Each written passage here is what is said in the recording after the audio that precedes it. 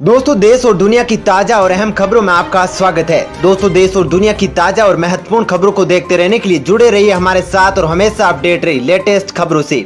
आज की मुख्य और ताजा खबरों के मुताबिक अब WHO से आधिकारिक तौर पर हटा अमेरिका। जी हां, इस खबर को जानेंगे विस्तार से।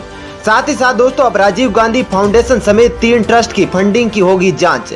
MHA ने बनाई कमेटी। जी हां, तो जानेंगे इस खबर के बारे में विस्तार से, आखिर क्यों हो रही है जांच। साथ ही दोस्तों, बेटियों से जुड़ी इस निवेश योजना में सरकार ने दी बड़ी छूट। 31 जुलाई तक मिलेगा ये लाभ। जी हां, तो जानेंगे इस खबर के बारे में विस्तार से। साथ ही दोस्तों, अब इस राज्य में 9 जुलाई से 5 बजे से लागू होगा सख्त लॉकडाउन। नहीं मिलेगी किसी भी प्रकार की छूट। इसी के साथ दोस्तों, अब चीन बॉर्डर पर सड़क निर्माण होगा तेज। रक्षा मंत्री ने कहा पुलों के निर्माण में भी लाई जाएगी तेजी। तो जानेंगे दोस्तों इस खबर के बारे में भी। वहीं दोस्तों, अब एक भारतीय पर है ड्रैगन की नजर। जी हां, चीन ऐसे कर रहा है जासूसी का कांड। तो जानेंगे इस खबर के बारे में भी विस्तार से। तो दोस्तों, आज इन्हीं सब खबरों के बारे में आपको बताने वाले हैं। इसके अलावा भी कई अन्य बड़ी खबरें हैं जिसके बारे में हम इस वीडियो में जानेंगे। तो दोस्तों, वीडियो को अंत तक जरूर देखें। साथ ही दोस्तों, वीडियो के बारे में आपकी जैसी भी राय हो कमेंट करके जरूर बताइए। साथ ही दोस्तों, अपने राज्य व जिले का नाम कमेंट करके जरूर बताइए ताकि हम आपके कमेंट्स पढ़कर आपके गृह क्षेत्र की खबरें आप तक ला सके। इसी के साथ दोस्तों, हमारे जाबाज कोरोना वीरों के लिए दिल से कमेंट में जय हिंद वंदे मातरम जरूर लिखे। साथ ही दोस्तों, वीडियो में आगे बढ़ने से पहले आपसे एक छोटी सी विनती है, इस वीडियो को लाइक और हमारे चैनल को सब्सक्राइब जरूर कर ले ताकि आपको ऐसी ही खबरें हमेशा मिलती रहे। तो चलिए दोस्तों, बिना देरी किए फटाफट से जानते हैं आज की सभी बड़ी खबरों को। पहली खबर, सरकार का फैसला, अब संक्रमित मरीजों को मिलेगी होम आइसोलेशन की सुविधा। जी दोस्तों, बिहार में कोरोना वायरस के बढ़ते मामलों को देखते हुए नीतीश सरकार ने फैसला लिया है कि अब संक्रमित मरीजों को होम आइसोलेशन की सुविधा मिल सकेगी। इसको लेकर स्वास्थ्य विभाग के प्रधान सचिव उदय कुमावत ने सभी जिलाधिकारियों को पत्र लिखकर नई गाइडलाइन से अवगत करा दिया है। चलिए दोस्तों, अब जानते हैं अगली खबर। बिहार सरकार का बड़ा फैसला, अब किसी भी कार्यक्रम से पहले देना होगा पुलिस थाने को सूचना। जी दोस्तों, अगर आप बिहार में शादी ब्याह या कोई ऐसा समारोह कर रहे हैं जिसमें निमंत्रण पत्र बांटकर लोगों को बुलाया जा रहा है, तो कार्ड बांटने से पहले इसकी खबर स्थानीय थाने को देनी होगी। दरअसल सूबे में कोरोना के बढ़ते मामलों के बीच राज्य सरकार ने ऐसा ही फरमान जारी किया है। दरअसल बिहार में कोरोना को लेकर मुख्य सचिव की अध्यक्षता में गठित क्राइसिस मैनेजमेंट ग्रुप की बैठक में ऐसे कई फैसले लिए गए हैं।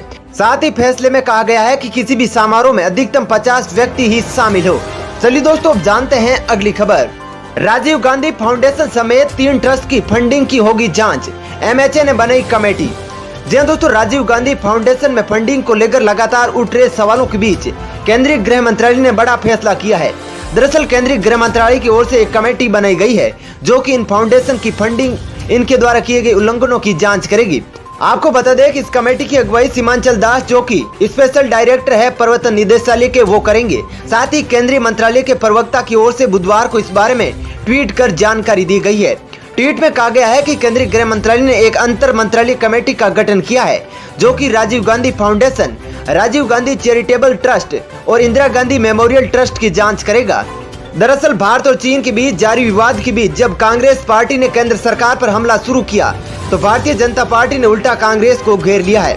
दरअसल भारतीय जनता पार्टी के अध्यक्ष JP नड्डा की ओर से आरोप लगाया गया कि राजीव गांधी फाउंडेशन को चीन से फंडिंग मिलती थी। इसके अलावा देश के लिए जो प्रधानमंत्री राहत कोष बनाया गया था उसमें भी पैसा UPA सरकार ने राजीव गांधी फाउंडेशन से दिया था।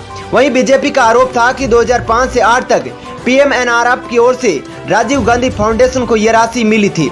चलिए दोस्तों, अब जानते हैं अगली खबर। चीन बॉर्डर पर सड़क निर्माण होगा तेज। रक्षा मंत्री ने कहा पुलों के निर्माण में भी लाई जाएगी तेजी। दोस्तों, LAC पर भारत चीन के बीच भले ही तनाव कम होने लगा है, मगर चीन की चालबाजी से रूबरू भारत अपनी रणनीति पर काम कर रहा है। बता दें कि चीनी सरहद से सटे लद्दाख के इलाकों में भारत सड़कों के निर्माण में तेजी लाने की तैयारी कर चुका है। वहीं मंगलवार को रक्षा मंत्री राजनाथ सिंह ने लद्दाख से सीमावर्ती क्षेत्रों में बुनियादी ढांचा से जुड़ी निर्माणाधीन विभिन्न परियोजनाओं की प्रगति की समीक्षा के लिए एक उच्च स्तरीय बैठक की अध्यक्षता की। इस बैठक के बाद रक्षा मंत्री राजनाथ सिंह ने ट्विटर पर लिखा, सीमा सड़क संगठन जारी बुनियादी ढांचा परियोजनाओं की एक बैठक में समीक्षा की गई है। वहीं BRO सराहनीय कार्य कर रहा है। साथ ही सीमावर्ती क्षेत्रों में रणनीतिक सड़कों, पुलों, सुरंगों के निर्माण में तेजी लाएगी। राजनाथ सिंह ने बताया कि BRO इस लक्ष्य के लिए दृढ़ता से काम कर रहा है। चलिए दोस्तों, अब जानते हैं अगली खबर। LAC पर अभी भी वायुसेना के विमान कर रहे हैं हवाई गश्त। जी दोस्तों, चीनी सेना ने पूरी लद्दाख के हॉट स्प्रिंग ग्रोगा में झड़प वाले क्षेत्रों में अस्थायी ढांचों को हटा दिया है। मंगलवार को लगातार दूसरे दिन सैनिकों की वापसी का सिलसिला जारी रहा। वहीं भारत ने पर्वतीय क्षेत्रों में रात के समय भी हवाई गश्त जारी रखी है। साथ ही भारतीय सेना उसके पीछे हटने की गतिविधियों पर कड़ी नजर रख रही है। दरअसल गोगरा हॉट स्प्रिंग्स टकराव वाले ऐसे बिंदु है जहां पिछले 8 सप्ताह से दोनों देशों की सेनाओं के बीच संघर्ष की स्थिति बनी हुई है। चलिए दोस्तों, अब जानते हैं अगली खबर।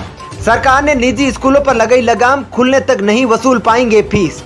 जी दोस्तों, कोरोना काल में निजी स्कूलों की मनमानी से परेशान अभिभावकों को राज्य सरकार ने बड़ी राहत दी है। दरअसल राजस्थान सरकार ने आर्थिक संकट के इस दौर में निजी स्कूलों के फीस वसूली के दबाव से अभिभावकों को राहत दिलाते हुए नया आदेश जारी किया है। दरअसल सरकार ने अपने आदेश में कहा है कि स्कूल खुलने तक निजी स्कूल फीस नहीं वसूल पाएंगे। अगर कोई निजी स्कूल ऐसा करता पाया गया तो उसके खिलाफ कड़ी कार्रवाई की जाएगी। चलिए दोस्तों, अब जानते हैं अगली खबर। देश के इन राज्यों में मौसम विभाग ने जारी किया अलर्ट, होगी भारी बारिश। जी दोस्तों, मौसम विभाग ने आज से मानसून की धीमी शुरुआत का अनुमान जताया है। आज देश के अलग अलग हिस्सों में तेज बरसात होने की संभावना है। इसकी जानकारी मौसम विभाग ने दी है। बता दें कि आज से पूर्वोत्तर राज्यों, उप हिमालयी, पश्चिमी बंगाल, सिक्किम, बिहार, पूर्वी उत्तर प्रदेश में तेज से बहुत तेज वर्षा की अनुमान है।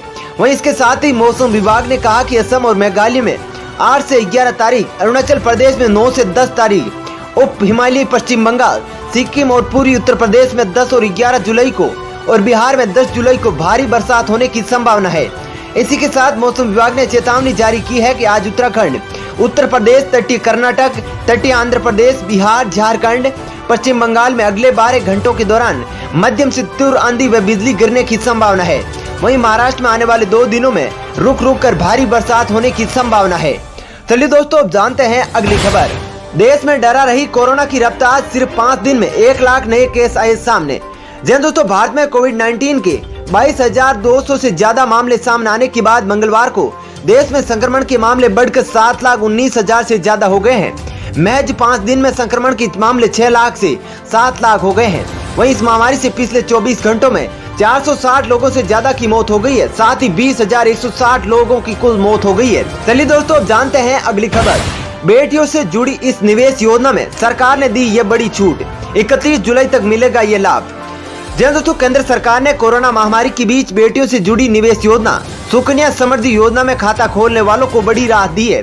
सरकार की ओर से जारी किए गए नोटिफिकेशन के मुताबिक 30 जून 2020 के बीच जो बेटियां 10 साल की उम्र पूरी कर चुकी है वो अपना खाता खोल सकती है। दरअसल अपनी बेटियों का खाता खुलवाने के लिए ऐसे माता पिता को 31 जुलाई तक लाभ मिलेगा। नियमों के मुताबिक जन्म से 10 साल की उम्र पूरी करने वाली बेटियों का ही सुकन्या समृद्धि योजना के तहत खाता खुलवाने की परमिशन होती है। लेकिन लॉकडाउन के दौरान बड़ी संख्या में माता पिता अपनी बेटियों का सुकन्या समृद्धि योजना के तहत खाता नहीं खुलवा पाए थे। ऐसे में 31 जुलाई तक खाता खुलवाने की छूट है। चलिए दोस्तों, अब जानते हैं अगली खबर। एक भारतीय पर है ड्रैगन की नजर, चीन ऐसे कर रहा है जासूसी। जी दोस्तों, चीन के ऐप बैन होने के बाद क्या भारतीयों को डेटा और उनकी पर्सनल जानकारी सुरक्षित है? दरअसल साइबर एक्सपर्ट्स की माने तो चीन अपनी मंशा में अभी भी कामयाब हो रहा है। हमने खुद अपने घरों, सड़कों व चौराहों पर चीन के एजेंट तैनात किए हैं जो कि हर वक्त हमारी तस्वीरें एवं अहम जानकारियों को बीजिंग तक पहुंचाते हैं। ये एजेंट और कोई नहीं बल्कि सीसीटीवी कैमरे हैं। दरअसल पुलिस, सुरक्षा एजेंसियों, बैंकों, रेलवे, एयरपोर्ट पर लगे ये कैमरे आईपी एड्रेस के जरिए सारी तस्वीरें व डेटा चीन पहुंचा रहे हैं। वहीं साइबर एक्सपर्ट अमित दुबे का कहना है कि देश में सीसीटीवी कैमरे व इलेक्ट्रॉनिक सिक्योरिटी सिस्टम के 90% बाजारों पर चीन का कब्जा है। ऐसे में बता दें कि चीन में बने सीसीटीवी कैमरे सालों से भारतीय बाजारों में बिक रहे हैं, जिनसे चीन के हैकर आसानी से हैक कर सकते हैं और पल पल की जानकारी जुटा सकते हैं। चलिए दोस्तों, अब जानते हैं अगली खबर। पश्चिमी बंगाल में 9 जुलाई को शाम 5 बजे से टोटल लॉकडाउन करने का आदेश जारी। जी दोस्तों, कोरोना में तेजी से बढ़ते मामलों को देखते हुए पश्चिम बंगाल की ममता बनर्जी सरकार ने नई शर्तों के साथ पूरे राज्य में 9 जुलाई को शाम 5 बजे से टोटल लॉकडाउन करने का आदेश जारी किया है। जारी आदेश के अनुसार सिर्फ ग्रीन जोन में गतिविधियों को छूट रहेगी, जबकि ऑरेंज और रेड जोन में टोटल लॉकडाउन रहेगा। साथ ही पश्चिम बंगाल सरकार के अतिरिक्त मुख्य सचिव अलापन बंदोपाध्याय की ओर से जारी आदेश में कहा गया है कि व्यापक कंटेनमेंट जोन सख्त लॉकडाउन के अधीन होंगे और सभी सरकारी एवं निजी कार्यालय, सभी गैर आवश्यक गतिविधियां, समारोह, परिवहन, सभी बाजार, औद्योगिक एवं व्यापारिक गतिविधियां बंद रहेगी। चलिए दोस्तों, अब जानते हैं अगली खबर। उत्तराखंड के पर्यटन मंत्री ने चीनी राष्ट्रपति को भेजी रामायण, कहा रावण से ले शपथ।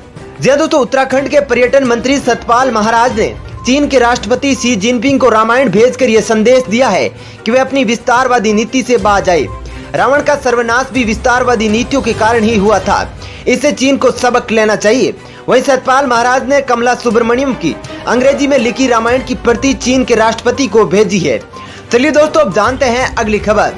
WHO से आधिकारिक तौर पर हटा अमेरिका, चीन को लेकर था विवाद। जी हां दोस्तों, अमेरिकी राष्ट्रपति डोनाल्ड ट्रंप आधिकारिक तौर पर अमेरिका को विश्व स्वास्थ्य संगठन से अलग कर दिया है।